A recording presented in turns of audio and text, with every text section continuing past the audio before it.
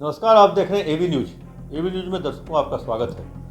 आज हम बात करेंगे फिर से एक बार बिहार की डीजीपी की। डीजीपी आलोक राज हैं और 30/8/2024 को नोटिफिकेशन निकला। नोटिफिकेशन में एक शब्द आप देखिएगा जो निगरानी के प्रभार के साथ साथ पुलिस महानिदेशक के भी प्रभार में रहेंगे। तो अभी तक 3.25 महीना हो चुका है और आलोक राज अभी भी बिहार पुलिस महानिदेशक जो डीजीपी हैं उसके प्रभार में। वैसी स्थिति में कहले जो अब आखिर पूर्णकालिक लेटर कब निकलना है, इसको लेकर के अब तरह तरह की चर्चाएँ भी शुरू हो गई हैं। अब जितने मुंह उतनी बातें। पटेल भवन में हर एक कमरे से यही पूछा जाता है जो आखिर सरकार क्यों नहीं निकाल रही है पूर्णकालिक डीजीपी का लेटर, आखिर क्या चाहती है। इस बीच में कई ट्रांसफ़र पोस्टिंग भी हुए। गंगवार साहब डीजी भी बने, उन्हें डीजी हेडक्वार्टर के रूप में प्रभार में रहे। उसके बाद जब पोस्टिंग हुई तो डीजी सिविल डिफेंस में उनकी पोस्टिंग की गई। जो डीजी निगरानी का पद अभी भी खाली है और वो पद भी अभी तक आलोक राज के पास, आईपीएस जो डीजीपी हैं, और डीजीपी का भी प्रभार उन्हीं के पास है। वैसी स्थिति में अब चर्चाओं का बाजार गर्म हो गया है, क्योंकि पिछले 3 महीने जो कार्यकाल था और अभी जो पिछले 1 सप्ताह के कार्यकाल हैं उसमें पटेल भवन में सब कुछ बदल गया है। एडीजी हेडक्वार्टर के रूप में कुंदन कृष्णन दिल्ली से आए, जब कहें जो अपना सेंट्रल डेपुटेशन भी पूरा नहीं किए थे और दिल्ली से पटना आ गए। सरकार 3 महीने तक उनको मनाती रही, 3 महीने उनको मनाने में लगी और 3 महीने के बाद वो पिछले सोमवार को उन्होंने योगदान दिया है। और एक तरह से कहें जो कुंदन कृष्णन के आने के बाद बहुत कुछ परिवर्तन भी हुआ है। और कहें जो एडीजी लॉ एंड ऑर्डर के रूप में संजय सिंह थे, उन्हें वहाँ से हटाया गया। पंकज दराज जो भी दिल्ली मतलब सेंट्रल डेपुटेशन से लौटे हैं, उन्हें वो जगह दी गई है। एक तरह से कहें जो एसटीएफ में भी कुछ चेंजेज हुआ है और डिस्ट्रिक्ट में भी चेंजेज नहीं हुआ है। तो वैसी स्थिति में अब तो कहें जो एक तरह से पूरे सिस्टम में बदलाव हो चुका है और सिस्टम पूरी तरह से बदल चुका है। जो पहले था वो अब नहीं रहा, क्योंकि अब बहुत जल्दी से लोगों को काम करता है, क्योंकि कुंदन कृष्णन की तैनाती की गई है अगले चुनाव को देखते हुए। और अगले चुनाव जो विपक्ष का मुद्दा रहेगा लॉ एंड ऑर्डर, और किस तरह से Tejashwi Yadav law and order पर चर्चा करते हैं, भाषण देते हैं, चाहे जो क्राइम का बुलेटिन जारी करते हैं, उसको लेकर के सरकार घबरा सी गई थी। और सरकार के मुखिया के नेतृत्व में जो उनके जो अधिकारी का एक वर्ग है वो लगातार कुंदन कृष्णन के संपर्क में था और उन्हें बिहार आने का एक तरह से रिक्वेस्ट कर रहा था और वो एक तरह से आ भी गए। और कुंदन कृष्णन अपनी शर्तों पे आए हैं और कुंदन कृष्णन अपनी शर्त पे आए हैं, इसका मतलब वो अपनी फील्डिंग खुद सजाएंगे। वो चाहे पटेल भवन से हो या मतलब कहें जो पूरे बिहार के ज़िलों की कप्तान हो, रेंज हो, जोन हो, इन सब जगहों पे उनकी फील्डिंग होगी। क्योंकि अब इतना तो तय है जो काम करने वाले जो लोग हैं वही फील्ड में रहेंगे और वही उसी के मार्फत या माध्यम से कुंदन कृष्णन काम करेंगे। वैसी स्थिति में निजाम बदला है, मतलब कहें जो अब एसटीएफ का भी प्रभार में रहेंगे कुंदन कृष्णन, प्रमोशन कमेटी में भी हैं, ट्रांसफ़र कमेटी में भी हैं और एडीजी हेडक्वार्टर में भी हैं। तो वैसी स्थिति में कहा जा रहा है जो आलोक राज को लेकर के फिर अब चर्चाएँ शुरू हो गई हैं।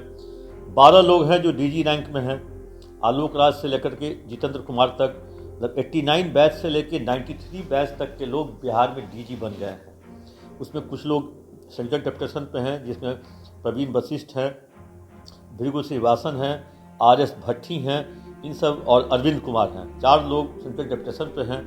कुछ लोग अब आरएस भट्टी तो आएंगे नहीं, क्योंकि मतलब 30/8/2024 को गए हैं। तो वैसी स्थिति में फिर 3 नाम की चर्चा हो रही है, जिस 3 नाम में एक नाम आलोक राज हैं, दूसरा नाम विनय कुमार है और तीसरे नाम शोभा अहोतकर हैं। और विनय कुमार पहले भी रेस में थे और किसी कारणों से वो नहीं बन पाए डीजीपी। इसकी भी एक बहुत बड़ी कहानी है, अलग कहानी है, जो आखिर विनय कुमार का नाम क्यों कटा और किन कारणों से कटा, इसकी भी एक कहानी है। तो सीएम हाउस में बैठे हुए कुछ लोग कुछ ऐसा खेल कर गए जो हम आपको बताएंगे। मतलब वहाँ पे कैकेयी रूठ गई और उस तरह से रूठने के बाद फिर राजा दशरथ से वो वरदान मांगते हैं।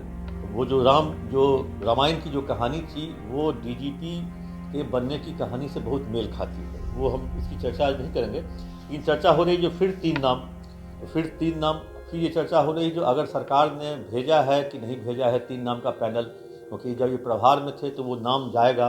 नाम यूपीएससी उसको उसमें तय करेगा। यूपीएससी तय करने का फिर स्टेट गवर्नमेंट को भेजा जाता है।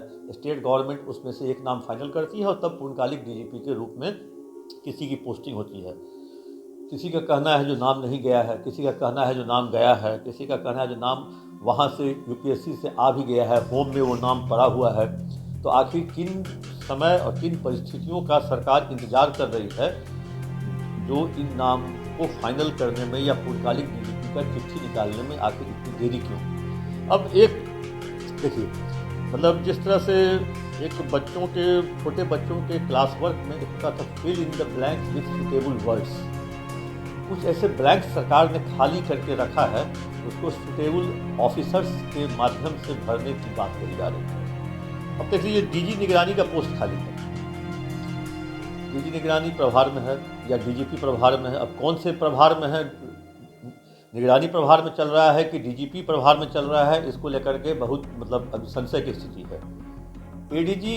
डीजी ट्रेनिंग है प्रीता वर्मा और वहाँ एडीजी की तैनाती की गई है संजय सिंह के रूप में और वहाँ आईजीपी है लांडे। वैसी स्थिति में अगर विनय कुमार बिहार के अगले डीजीपी बनते हैं, जिसकी चर्चाएं चल रही है, मतलब ये चौका गजट भी हो सकता है, मनगढ़ंत बात हो सकती है, या हो सकता है जो यूं ही ये बात उठ गई हो, तो अगर विनय कुमार बिहार के डीजीपी बनते हैं तो वैसी स्थिति में Preeta Verma Bihar police building construction की डीजी बनाई जा सकती है। और गंगवार साहब डीजी बने तो उनको निगरानी नहीं भेजा गया, जबकि निगरानी का पद खाली है डीजी का, उनको डीजी सिविल डिफेंस भेजा गया।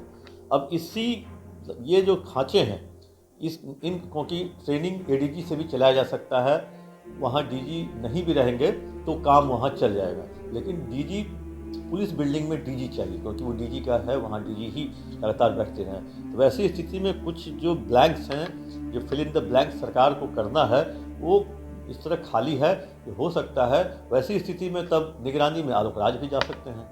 तो इन सब चीज़ों को लेकर के अपनी मतलब ये सब सारे जो परिस्थितियां हैं, इनको लेकर के ये जो आईपीएस में विस्परिंग और मर्मरिंग शुरू हो गया है, तो क्या फिर से बिहार के डीजीपी बदले जा सकते हैं? क्या चुनाव में इस डीजीपी से को लेकर के सरकार नहीं जाएगी, चुनाव में नया डीजीपी बनाया जा सकते हैं? इन सब चीज़ों को लेकर के लगातार चर्चाओं का बाजार गर्म है।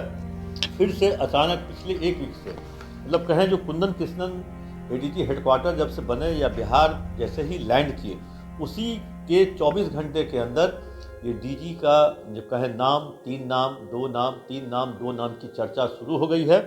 और 3 नाम में वही आलोक राज, विनय कुमार, शोभा होतकर। आलोक राज वर्तमान में हैं, शोभा होतकर बहुत जूनियर हैं इन लोगों से, मतलब उनका 27 में रिटायरमेंट है और विनय कुमार का 25 के 9वें महीने में है। तो वैसी स्थिति में अगर वो बनते हैं डीजीपी तो फिर वो 2 साल तक के लिए बनेंगे। तो वैसी स्थिति में अब ये देखना है जो आखिर ये केवल किचन कैबिनेट या चौका गजट है या मनगढ़ंत है या इस बात में कुछ सच्चाई भी है, क्योंकि 3 महीने 10 दिन बीत गए हैं और वो लेटर निकले हुए, उसके बाद कई सारे तबादले हुए, लेटर निकले, एडीजी से डीजी बनाया गया जीएस गंगवार, पंकज दराज लौट के आए, पंकज दराज की स्पेशल विजिलेंस यूनिट में पोस्टिंग भी हुई, एटीएस में पोस्टिंग हुई, अब वहाँ से फिर आ गए हैं लॉ एंड ऑर्डर में।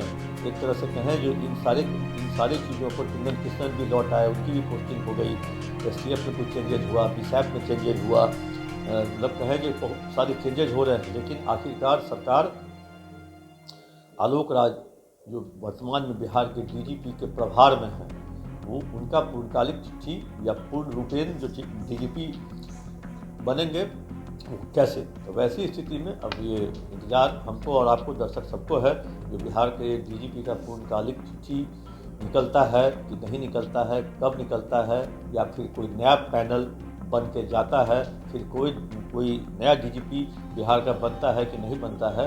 क्योंकि एक चीज़ तो है जो कहीं भी किसी के साथ काम करने के लिए ट्यूनिंग बहुत ज़रूरी होता है, और ट्यूनिंग अगर जब नहीं बैठेगा तो तारतम्य और कामकाज पर इसका असर पड़ता है। तो हो सकता है जो उस ट्यूनिंग के कारण या हो सकता है किसी अन्य कारणों से ये अचानक से ये बातें उठने लगी हों। तो इन सब बातों को लेकर के चर्चाओं का बाजार गर्म है। कल भी परसों भी लगातार 2 दिन से मेरे कई लोगों से बातचीत भी हुई, कई लोगों ने कहा ये भी कहा जो अब फिर आप चलाइएगा या आप खबरें फिर चलेंगी तो डीजीपी के प्रभार में आखिर पूर्णकालिक चिट्ठी क्यों नहीं निकल रहा है, फिर रेस में विनय कुमार, फिर रेस में पीता वर्मा, फिर रेस में शोभा होतकर। तो इन सब चीज़ों को लेकर के अब इंतजार है दर्शक, और अभी हो सकता है अगले 10 दिन में इस चीज़ों पर और ज़्यादा मनवरिंग हो, विस्परिंग हो, इसका इंतजार रहेगा। जो आखिर आलोक राज बने रहेंगे या हटेंगे या कोई नया डीजीपी आएगा। दर्शकों दीजिए इजाज़त, आप अपना कमेंट बॉक्स में जाकर जरूर दें।